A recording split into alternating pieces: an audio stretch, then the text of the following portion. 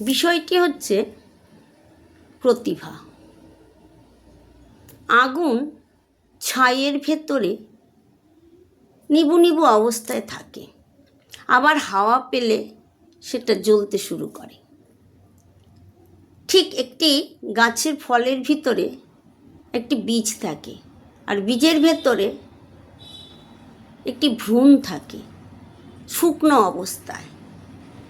সেই বীজটির ওপর যখন জল আলো বাতাস পড়ে তখন গাছটি বের হয়, চারা গাছটি তখন বের হয়, অর্থাৎ ভ্রূণ থেকে অঙ্কুর বের হয়। একটি শিশুর ভেতরেও একটি প্রতিভা সুপ্ত অবস্থায় থাকে। সঠিক গাইড এবং পারিপার্শ্বিক আবহাওয়ার মধ্যে সেটা প্রকাশিত হতে পারে। এখনকার বাচ্চাদের কথা, যেমন 1 থেকে 5 পর্যন্ত, এদের এত পড়ার চাপ, এত বইয়ের বোঝা, এগুলো টানতে টানতে ওরা ক্লান্ত। এর ফলে এদের নানান রকম মানসিক রোগ, ঘুমানোর প্রবণতা, রাত জেগে পড়বে, ফলে দিনভর ঘুমোতে চায়, মানসিক অবসাদে ভুগছে। একটি চারা গাছের ওপর ততটাই জল, ততটাই সার প্রয়োগ করা যায় যতটা সে বইতে পারবে।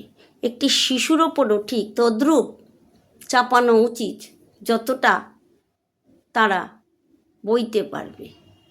এখনকার দিনে অভিভাবক আছেন কিছু যারা প্রতিযোগিতার দৌড়ে নেমেছেন। 100-তে 100 পেতে হবে, 50-এ 50 পেতে হবে। অমুকে পেয়েছে, তুমি কেন পারবে না, সবাই পারবে। এই যে মানসিকতা, 1 থেকে 5, 6, 7 এগুলো কোনো বিষয় না, এটা কোনো ডিগ্রি কোর্স নয়। এখানে ওদেরকে এত চাপাচাপির করার কিছু নেই। ঠিক সময় মতন গাইড করতে হবে। এতে কি হচ্ছে, ছেলেপেলেগুলো ক্লান্ত হয়ে যাচ্ছে, মানসিক রোগে ভুগছে। অনেক ছেলেপেলে একটু বড় হলে এনার্জি হারিয়ে ফেলছে, পড়াশোনা করতে চায় না। আমরা কিছু অভিভাবক আছে যারা নিজেদের ইচ্ছেগুলো ছেলে মেয়েদের ওপর চাপিয়ে দিই। ওদের কোন বিষয়ে ওরা আগ্রহী সেটা আমরা লক্ষ্য করি না। আমাদের ইচ্ছে পূরণের জন্য একটা বিষয় বেছে দিলাম, ওরা অনিচ্ছাকৃতভাবে সেটি করছে, কিন্তু ভালো ফল করতে পারলো না। তখন দেখা যায় মাঝপথে আবার আরেকটা কোর্স করার জন্য তৈরি হয়, সেখানে গিয়েও হোঁচট খায়। যাদের পয়সা আছে তারা এরকম বারবার পরিবর্তন করতে থাকে।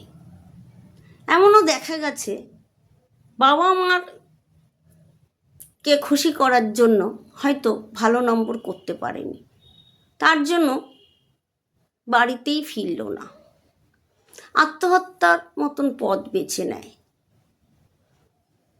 আমরা যদি একটু লক্ষ্য করি ওদের কোন বিষয়ে আগ্রহ বেশি, খেলাধুলা, আঁকা না পড়াশোনা, কোন বিষয়ে, তাহলে আমরা ওদেরকে ওই বিষয়টিতেই উৎসাহ দিলে ওরা আনন্দের সঙ্গে পড়াটা করবে এবং ওদের লক্ষ্যেও পৌঁছতে পারবে। কিন্তু বর্তমান যুগ হচ্ছে কম্পিটিশনের যুগ, এভাবেই করতে হবে, এভাবেই সবাই করছে, তোমাকেও করতে হবে। এই করতে করতে বাচ্চাগুলো